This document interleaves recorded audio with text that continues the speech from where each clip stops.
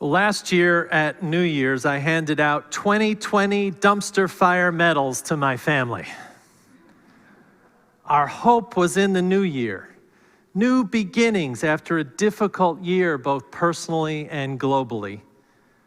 And then a few days later, our president and his merry band of insurrectionists tried to steal the election and tried to kill people on the Capitol and erected nooses for the vice president. Despair. And then we had a beautiful inauguration of a new president and the first female vice president. Poets spoke words of beauty and said, "The new dawn blooms as we free it, for there is always light. If only we're brave enough to see it, if only we're brave enough to be it." Inspiration. And then Delta variant sunk our hopes, for we thought we had licked COVID. Despair. And then the ups and downs and all arounds. Am I right? And we opened the church and we dedicated babies and a new building, hopes. And we saw massive environmental issues in our weather continue to get worse.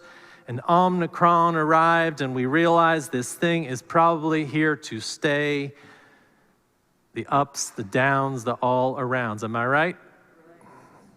And we saw real heroes and real sheroes die this year. A strange, poignant list of people who died. To name just a few, Hank Aaron and Joan Didion and Bell Hooks and Cicely Tyson and Colin Powell and Desmond Tutu and Sarah Weddington, who sat right there on the 50th anniversary of Roe v. Wade and told us how this church was so important in making that case in supporting her as a female lawyer. And Stephen Sondheim and E.O. Wilson and Desmond Tutu. And then Betty White. And then the new year rolled around and here we are. 2021 dumpster fire medals for everyone. And still we hope. Still we hope. Why?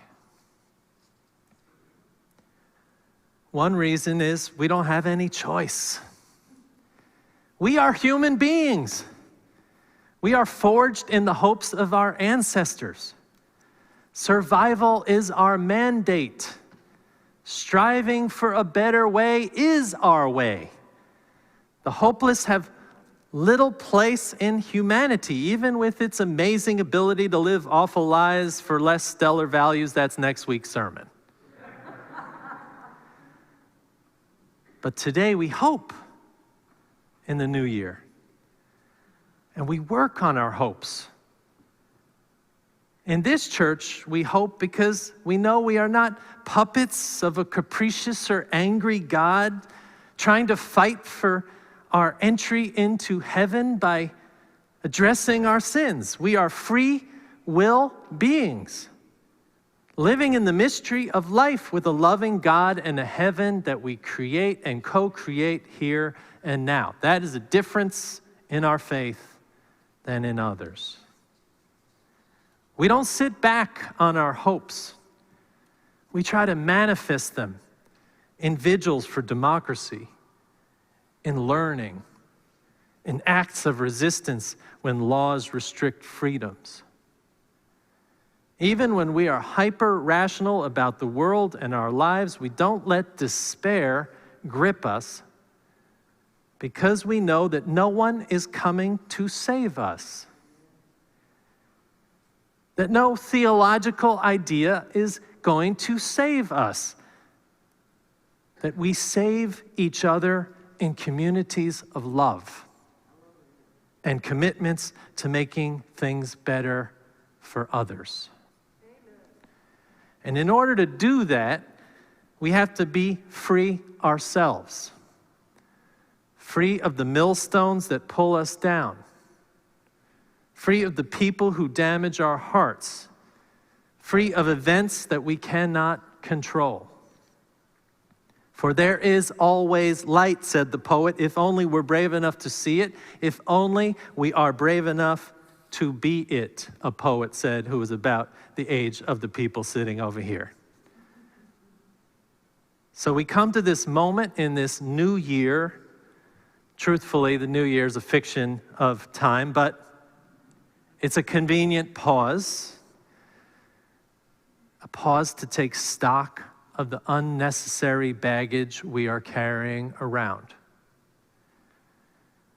Because to be our best selves, we have to shed that baggage, that millstone, at least once a year. So today we write names or situations or old habits on pieces of paper and we burn them. We are marking spiritually an intention to leave behind something, some old habit, some person, some problem in the old year for freedom in the new. Does it magically make everything right? No. Are some of us writing the same names, the same situations, the same old habits we wrote down last year? Assuredly, yes. But we do it because we know that this spiritual exercise is worthy of our attention. And better yet, it is an intention for the year ahead. Because everything we write down today to burn has a way of mirroring something we hope for. I want you to pay attention to that when you're putting words on those papers. Everything we write down that we want to leave behind and burn has a way of mirroring an intention that we hope for. Now, I'd like to burn most of last year's failures, conflicts, illnesses, deaths, etc. in a big heap. 2021 can fade away in my memory. Specifically on my paper today is the name of a man who sent me a video from Alaska equating abortion to Nazi Germany. For God's sakes, I have been the target of anti-abortion activists all year. If I can write their name down and leave them behind, you can put just about anything on your paper. We can do this. And in my intention is to try to find compassion for those same people who call me names, who condemn me for my faith practice of trying to free pregnant people in ways that they want to control their bodies. If I can do it, you can do it. I know that without 2021, with all of that, the struggles, the despairs, the deaths, whatever, I know that without it, I wouldn't have a thriving ministry here with you, a growing family, a church that's overcome so many obstacles, our new building, our new campus, and more. What's on my list is different than what's on your list. The contexts are different, but we share something. We want to leave behind something in order to free spiritual growth in our lives. What we put on that paper is a mirror of our hopes for the new year.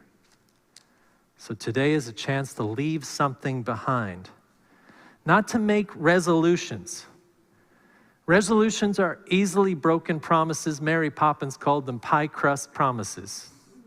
Easily made, easily broken. I broke my resolutions within about 12 hours of when I made them this year, as I do every year. That's not what I'm talking about. I'm not talking about resolutions. I'm talking about something deeper, something more spiritually nourishing. Witnessing to something that you wish to let go of, knowing it is a mirror to something you wish to take up. The poet said, we burn the paper, it leaves space into which we can spiritually grow.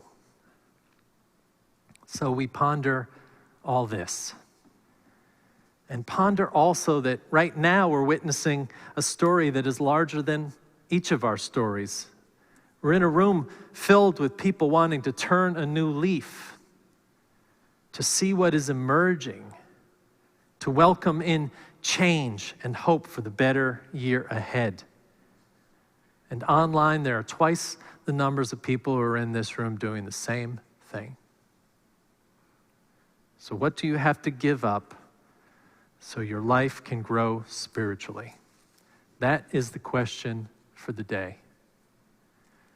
To leave old judgments behind so we can live into renewal and grace. To leave people who weigh you down behind so that new communities can lift you up. To leave old habits behind so new ones can form. To leave old angers and burdens behind so your heart can breathe.